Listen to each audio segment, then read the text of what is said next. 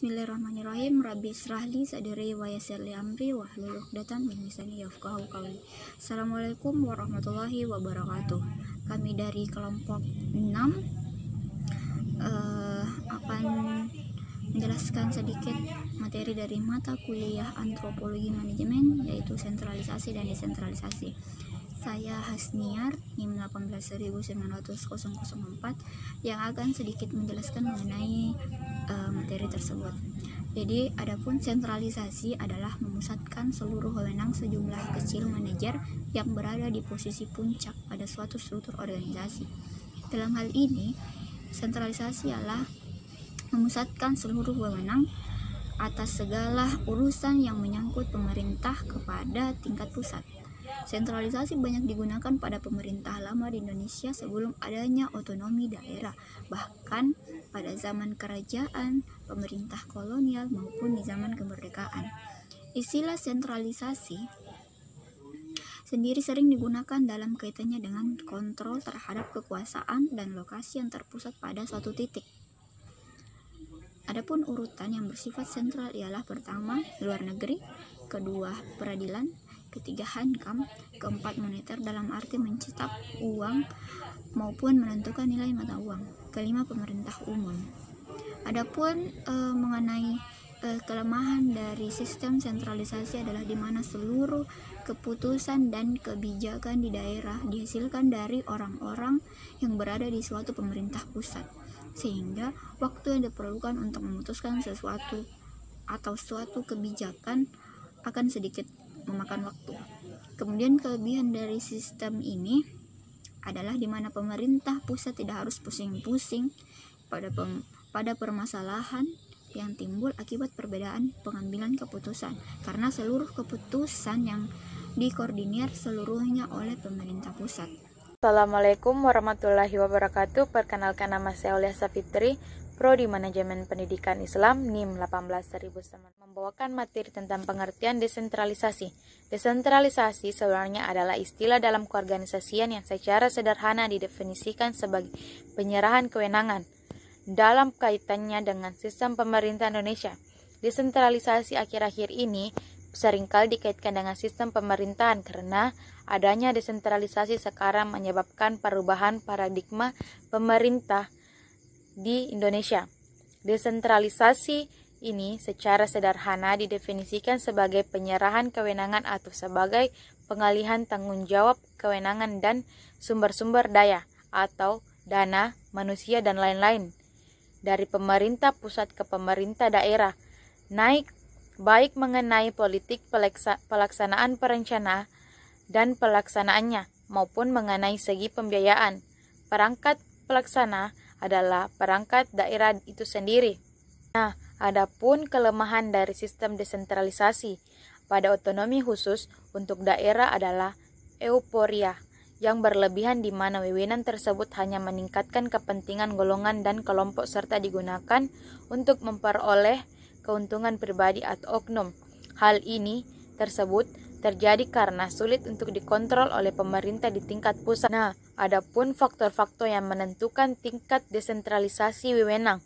Pertama, perongkosan atau harga suatu putusan. Kedua, keinginan untuk memperoleh kesatuan di dalam politik. Ketiga, ukuran ekonomi.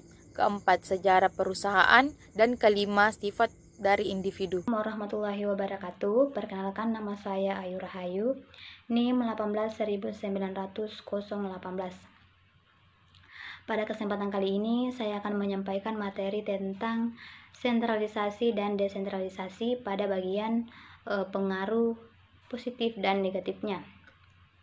Yang pertama yang kita jelaskan yaitu dampak positif dan negatif pada sentralisasi yang berfokus pada segi ekonomi. Nah, dapat kita ketahui bersama bahwa efek positif yang diberikan oleh sistem sentralisasi ini adalah perekonomian lebih terarah dan teratur, karena pada sistem ini hanya pusat saja yang mengatur perekonomian. Kemudian dampak negatifnya adalah daerah seolah-olah hanya dijadikan sapi perah saja dan tidak dibiarkan mengatur kebijakan perekonomiannya masing-masing, sehingga terjadi pemusatan keuangan pada pemerintah pusat. Kemudian pada segi sosial budaya, perbedaan kebudayaan yang dimiliki bangsa Indonesia dapat dipersatukan sehingga setiap daerah tidak saling menonjolkan kebudayaan masing-masing dan lebih menguatkan semboyan Bhinneka Tunggal Ika yang dimiliki bangsa Indonesia. Kemudian pada dampak negatif yang ditimbulkannya yaitu sistem ini di mana pemerintah pusat begitu dominan dalam menggerakkan seluruh aktivitas negara. Dominasi pemerintah pusat terhadap pemerintah daerah telah menghilangkan eksistensi daerah sebagai tatanan pemerintahan lokal yang memiliki keunikan dinamika sosial budaya tersendiri. Keadaan ini dalam jangka waktu yang panjang mengakibatkan ketergantungan kepada pemerintah pusat yang pada akhirnya mematikan kreasi dan inisiatif lokal untuk membangun lokalitasnya. Kemudian pada segi keamanan dan politik, dampak positif yang dirasakan di bidang politik sebagai hasil penerapan sistem sentralisasi adalah pemerintah daerah tidak harus pusing-pusing pada permasalahan yang timbul akibat perbedaan pengambilan keputusan dan kebijakan dikoordinir seluruhnya oleh pemerintah pusat, sehingga keputusan yang dihasilkan dapat terlaksana secara maksimal karena pemerintah daerah hanya menerima saja. Kemudian pada bagian pengaruh positif dan negatif yang dihasilkan oleh desentralisasi, yang pertama itu segi sosial budaya. Dampak positif desentralisasi pada bagian sosial budaya yaitu karena dengan diterapkannya sistem desentralisasi ini, pemerintah daerah akan mudah untuk mengembangkan kebudayaan yang dimiliki oleh daerah tersebut. Bahkan kebudayaan tersebut dapat dikembangkan dan diperkenalkan kepada daerah lain yang nantinya merupakan salah satu potensi daerah tersebut. Kemudian dampak negatif yang dihasilkan yaitu pada segi sosial budaya adalah masing-masing daerah berlomba-lomba untuk menonjolkan kebudayaannya, sehingga secara tidak langsung ikut melunturkan kesatuan yang dimiliki oleh bangsa Indonesia itu sendiri. Kemudian pada segi keamanan dan politik, dampak positif yang didapat melalui desentralisasi adalah sebagian besar keputusan dan kebijakan yang berada di daerah dapat diputuskan di daerah tanpa adanya campur tangan dari pemerintah daerah, lebih aktif dalam mengelola daerahnya. Kemudian dampak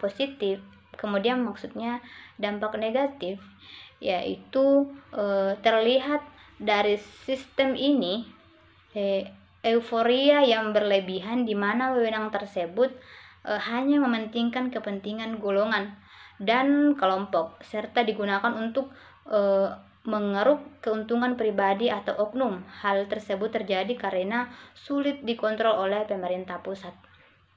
Mungkin itu materi yang sempat saya sampaikan, lebih dan kurangnya mohon dimaafkan. Saya akhiri, wabillahi wal taufiq wal hidayah. Wassalamualaikum warahmatullahi wabarakatuh.